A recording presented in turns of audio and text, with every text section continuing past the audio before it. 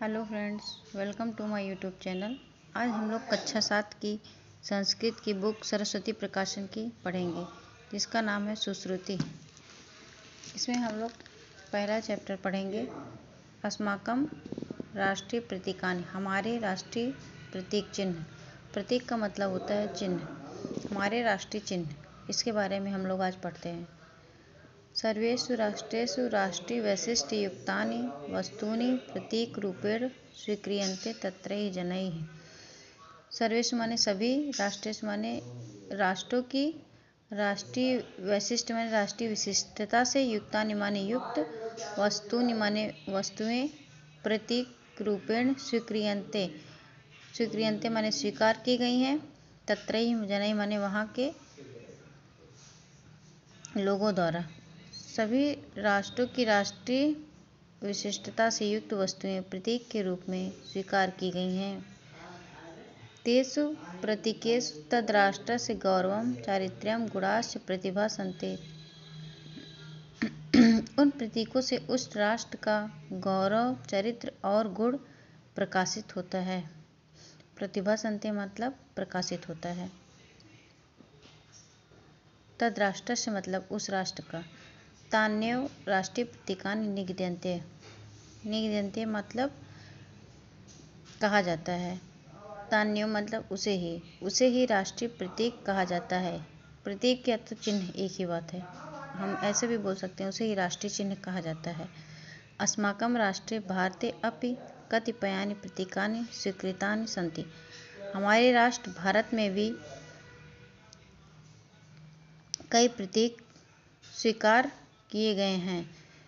तान्य अस्माकं चारित्र्यं संस्कृति महत्वं च व्यञ्जयन्ति।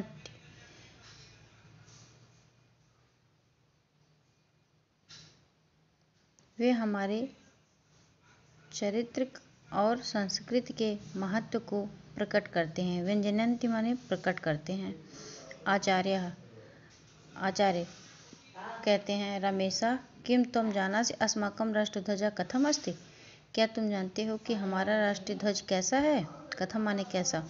रमेश कहता है, अस्माकं राष्ट्रध्वजः त्रिवर्णः अस्ति। हमारे राष्ट्रीय ध्वज में 3 रंग हैं। त्रिवर्ण माने 3 रंग। आचार्य कहते हैं, शोभनम उपविशत, अच्छा है, बैठ जाओ। उपविशत माने बैठ जाओ। अस्माकं राष्ट्रध्वजः त्रिभिः वर्णैः संयुक्तः, हमारे राष्ट्रीय ध्वज में 3 रंग संयुक्त हैं, यानी कि 3 रंग लगे हुए हैं। ध्वजे प्रथमा पट्टिका ऊर्ध्वभागे स्थितः गैरिकवर्णः त्यागस्य शौर्यस्य च बोधकः अस्ति। ध्वज के प्रथम पट्टी जो है, ध्वज की जो प्रथम पट्टी है ऊपरी भाग में स्थित है। ऊपरी भाग में स्थित गैरिकवर्णः त्यागस्य शौर्यस्य च बोधकः अस्ति। केसरिया रंग जो है त्याग का और शौर्य का बोधक है। ध्वज के प्रथम पट्टी ऊपरी भाग में स्थित केसरिया रंग त्याग और शौर्य का बोधक है। ध्वजस्य मध्य भागे श्वेतवर्णः ज्ञानं सौहार्दं गुणानां च द्योतकः अस्ति। ध्वज के मध्य भाग में सफेद रंग ज्ञान, सौहार्द और गुणों का द्योतक है।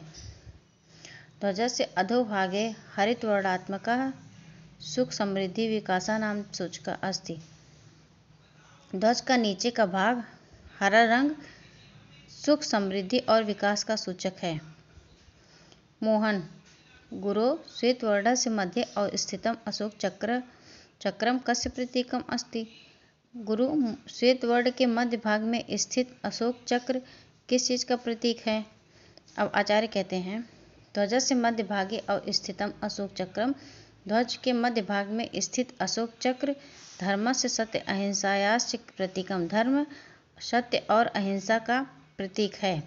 चक्रे 24 शलाका पृथगपि एकत्र सम्बद्धा भारतीय भाषा धर्म जाति वर्ण लिंग भेदेषु सत्स्वपि भारतमेकं राष्ट्रमिति द्योतन्ति। चक्र में 24 तीलियां अलग होकर भी एकता से संबंधित हैं। भारत में भाषा धर्म जाति वर्ण लिंग भेद होते हुए भी भारत एक राष्ट्र का द्योतक है। बस आज इतना ही। अब आगे का आधा पार्ट हम लोग दूसरे वीडियो में पढ़ेंगे। Thank you.